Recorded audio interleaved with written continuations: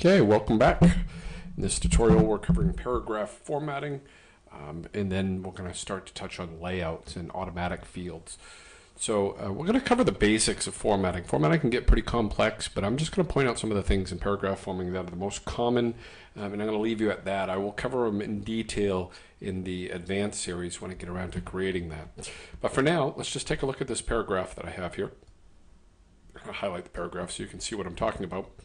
And make sure that your inspector is turned on, and we're going to navigate to the T and make sure that you're on tabs. So we've already covered list in the previous tutorial. Just a quick reminder, list located right here, and you can add bulleting numbers and the indent level. But tabs is how far in the text moves in. Now the most common that everyone knows is by hitting tab on the keyboard, it bumps the text in a half an inch. And that's delineated over here by the tab settings. So in the tab settings, the default tab is a ½ inch. Now if I increase that to 1.25 inches and I hit tab again, I bring this down to 0, and I'm going to go ahead and put my cursor in here. Now tab delineation is, let's bring it up to 2 inches so you can really see what I'm talking about. Hit tab, now the paragraph, the first line indents 2 inches on that. So, and I can bring that down, back down to the ½ inch, which is the most common. Okay, so that's the tab delineation. Now I'm going to go back to paragraph indents. The next one allows us to indent the remainder of the paragraph. So in this case, we can indent the remaining text here. Now this first line is not indented because it's counted separately here on first line. You would just have to bring this up to match if you wanted to do that. But as I've pointed out before, there's multiple ways of doing everything in Pages, which makes it relatively simple. You can find a way to do what you want that's convenient for you and familiar to you. And finally, we have the paragraph indents the right, which you can see here. It's pushing the right side in. You can see the little arrow up here, the marker on the ruler pushing in as we go by 1/4 inches. And again, you can also type in here and type in 3. It pushes it in 3 inches. So you can delineate what this is with text or by using the arrows. So next we have tab stops. I'm not going to get into tab stops too much, but I'm just going to show you what they are. If I hit a tab stop from the alignment of the left and it's a ½ inch and I do a leader, let's say these dotted lines, and I hit tab, you'll see the dotted line shows up at a ½ inch. Now if I change that and I up that to maybe 1 inch or 2 inches, you can see now that line is going 2 inches. And you can add and remove these right here in the tab stop field, but I'm not going to get into that. That's an advanced feature, so I'm just going to leave it at that.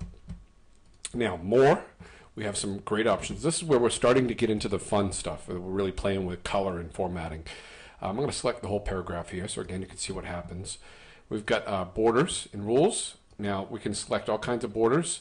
In this case, we have a line, dotted line, and dots. I'll select the line for now. You can see it puts a line underneath my paragraph. But if I select these little buttons on the top, I can decide where it goes. And I can select all of them and go ahead and box in my text. Now I can change that to a dot. There we go, dotted line, the little dots. And you can increase the points. So now it almost looks like Hollywood with some kind of show. Something in the lights, and then the offset of the dots, how far they offset from one another. You can see them kind of walking around. I'm going to go ahead and bring them back down to 0. You can change the color of them, just like we talked about the color palette before. There's a lot of options for colors, but you could have a lot of fun with these dots. I don't know how well these will show up in the screencast, but there's definitely a lot of colors here. And again, you can use the magnifying glass to pick a color from somewhere else. Okay, so we've got the character background.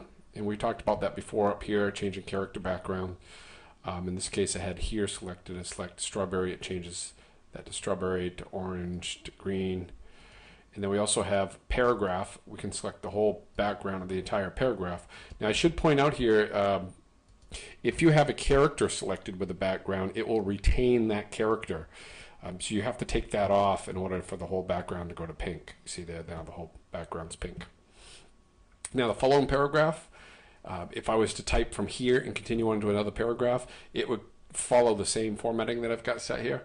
Or you can tell it to apply to certain headings or take on different formatting styles. And I'm going to skip over breaks here, a paragraph break starting on a new page. That's not used that often, but I'm going to cover breaks here in just a second. And I'm also going to leave out the language and the base shift. That's a little more of an advanced feature. I'm not going to worry about it right now. I'll cover it on the next program that I do. So next, I'm moving on to layout. So if you click out the layout tab right here, layout inspector, go to layout. Here's where we can do columns. We can select text and create a column. Go ahead and do columns. We can add multiple columns. And right here we have a box, keep column widths equal. So I unselect that. I can make this box, I can change this one to a 1/2 inch. And you can see here, now we've got this. This column is 3.5 inches in the middle, and these ones here on the outside are only 1/2 inch. This is really great when you want pictures or text to bounce around inside of a template the way you want it to appear. Columns are great for forcing that layout and forces the retaining of that layout. So I'm going to go ahead and take these off. And layout starts on a new page. We'd check that if we were creating a new page. And then layout margins.